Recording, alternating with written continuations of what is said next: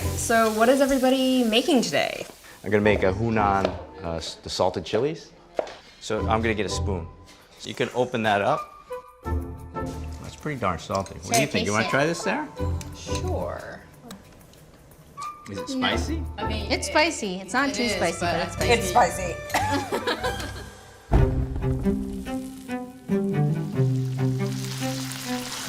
We're the Leung family, and in 2013, we started a food blog called The Walks of Life. It began as a family side project. And eventually evolved into a journey of documenting our culinary genealogy for readers from around the world. The blog has gathered a wonderful virtual community and been recognized as the online authority for Chinese cooking in English. oh my God, please come out. Wow, That's nice! You could say sometimes there are too many Leung cooks in the kitchen. But we wouldn't have it any other way.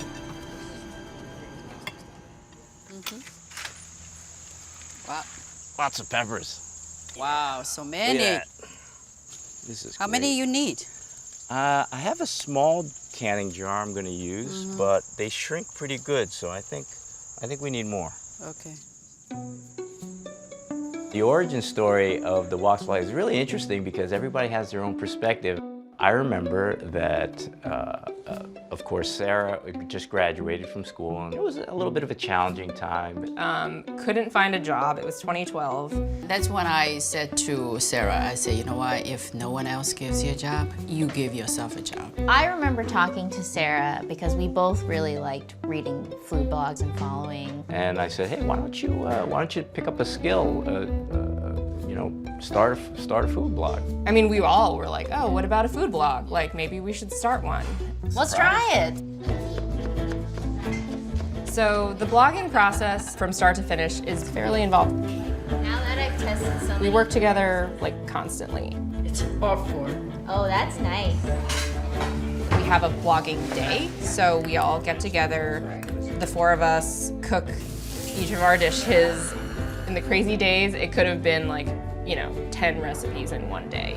We're photographing each step of each recipe, so it does get kind of crazy. Oh, okay, yeah, sure. I am the photographer, but my sister and my mom do all of the food styling and staging. Is the bowl weird, or should we just scatter them? Stuff did. And then everybody writes their own recipes.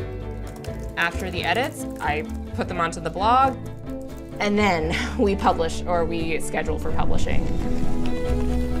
At least for myself, like I always call it the train that won't stop running. All right, so what is everybody making today? What are you making? I'm gonna do this beef with string beans. The meat is cut differently in this recipe. You want it to be a similar size and shape as the string beans. little beef string beans?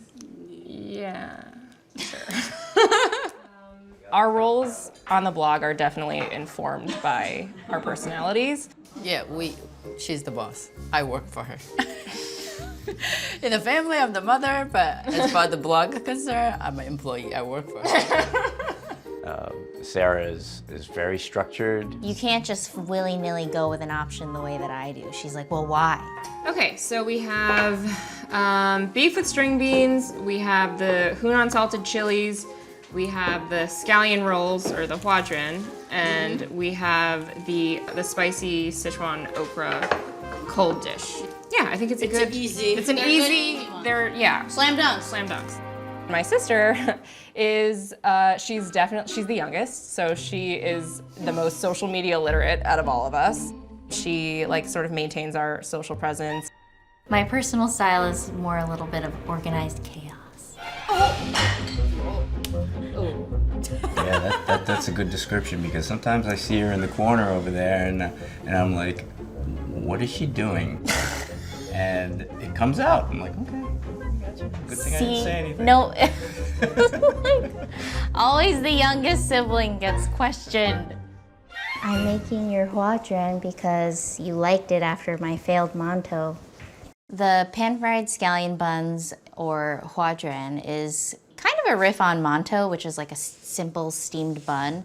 It's a lot more ornate, like the way that you form the dough is really pretty, and It's definitely got a lot more flavor because you sprinkle salt and 5 spice powder and a bunch of chopped scallions inside. So it's really beautiful because when you fold it, it ends up exposing all the little bits of scallion, and you kind of get a little salty, like aromatic bite every time Hence you the go name, for it. Huadran, which is flower. Yeah, it looks like it kind of is like a flower where it's like, oh, it's like blooming, I guess. Okay, so now we're gonna take 2 Right, you stack them and then you press and then it. a chopstick. That's kind of nice, right? Yeah. Are you tucking the ends? Yes. Can I make one? Sure. Let me see. Show me. My mom is the person who grew up in China, so you bring, I think, a lot of that insight and those memories and that side of the nostalgia. You twisted it a that looks lot. cool. I didn't twist it that much at all. Oh, that looks good. You know, some of us, we're not all perfect when it comes to dough. Let me do. Oh, fine. Judy's really freeform, I think. I think that is where I get it. It's really from Ma. Yeah. You're the apple from her tree. Yeah. Okra is a newfound love for me. It's like, okay, what can I do to dress this up a little bit?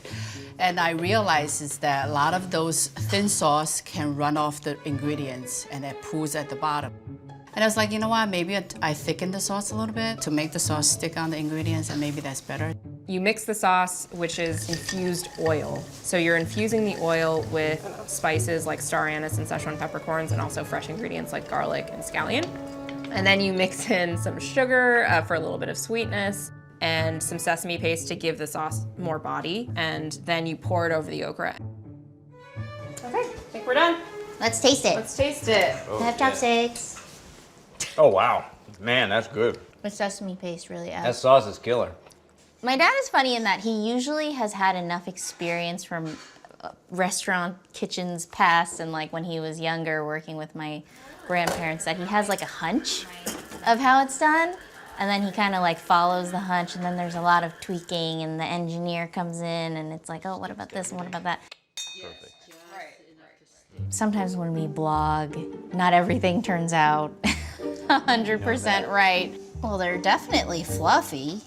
What's missing is that very sharp crease.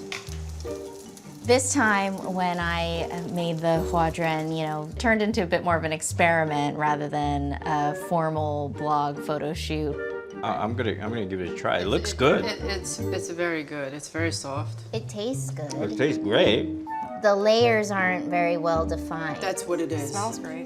But to be honest, I kind of like it when it's not so tough. I think the soft. only problem, Guy, is that I know why. oil. No, it's because when I folded it in thirds, the first third had oil, but then I didn't cover it with more oil when I did the last. Oh, there you go. There you go. All right.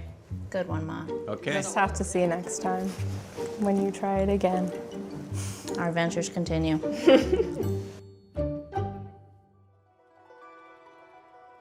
After 8 years of blogging, we are also now in the process of writing a cookbook, which has been a new Whole challenge. new experience. Yeah, But a good one, I think.